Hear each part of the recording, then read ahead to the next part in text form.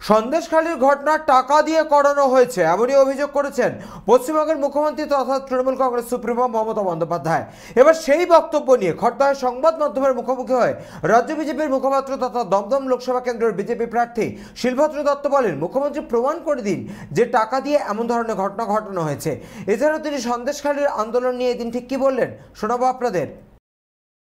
তিনি নিজেও জানেন ঘটনাটা কি ঘটেছে, এবং বানানো ঘটনা হলে ওই ভুয়ো যে এটা বেরিয়েছিল, কি বলে, ভিডিওটা বেরিয়েছিল, তারপরে মানুষের যে ক্ষোভের প্রকাশ, সে তো বাংলার মানুষ দেখতে পাচ্ছে, সন্দেশকালীর মানুষ দেখেছে।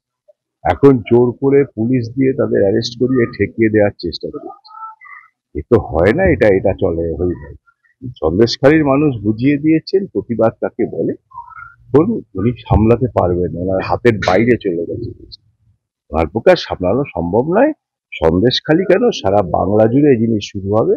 তার আগে ভগবান করে উনি হেরে চলে যান, তাহলে উনি বাঁচবেন, নাহলে পরে ওনার বিরুদ্ধে যা শুরু হচ্ছে সেটা সামলাতে পারবেন। কালকে উনি কলকাতা সভায় বলেছেন এটা টাকা দিয়ে করানো হচ্ছে। প্রমাণ করে দিন না, উনি তো পুলিশ মন্ত্রী, উনি তো সব আছেন, প্রমাণ করুন না।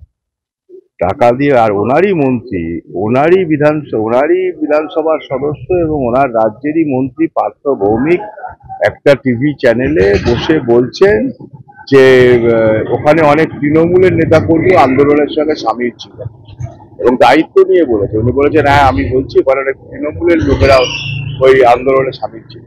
পার্থ ভৌমিক বলছেন তৃণমূলও সামিল ছিল সাধারণ মানুষের সাথে। তাহলে তার মুখ্যমন্ত্রী বলছেন বানানো ঘটনা, কোনটা ঠিক? সেই মন্ত্রী এখনো মন্ত্রিসভায় আছে কি করে? ওনাকে তো দল থেকে বের করে দেওয়া উচিত ছিল। যদি মুখ্যমন্ত্রী কনফার্ম থাকেন যেটা সাজানো ঘটনা, পয়সা দিয়ে করা ঘটনা, তাহলে ওনার মন্ত্রী উল্টো কথা বলেছেন। ওনার মন্ত্রীকে এতক্ষণে মন্ত্রিসভায় রেখেছেন তো, ওনার কথা খুব শোনেন। কালকে মমতা বন্দ্যোপাধ্যায় বলেছেন যে মোদি গ্যারেন্টি করতেন নিজে, তাই তো। উনি বাজে কথা বলেন, আমি মুখ দিয়ে বললাম না। উনি যেটা বলেছেন বাংলার মানুষ বুঝে গেছে সব থেকে বড় ওইটাকে 11 কথার পর থেকে বাংলার মানুষ বুঝেছে। খড়দহ থেকে সৈকত গঙ্গোপাধ্যায়ের রিপোর্ট, চ্যানেল 24/7। মসনদ দখলের লড়াই 2024 দেখতে চোখ রাখুন চ্যানেল 24/7 এর পর্দায়। সিংহাসনের মহাসংগ্রাম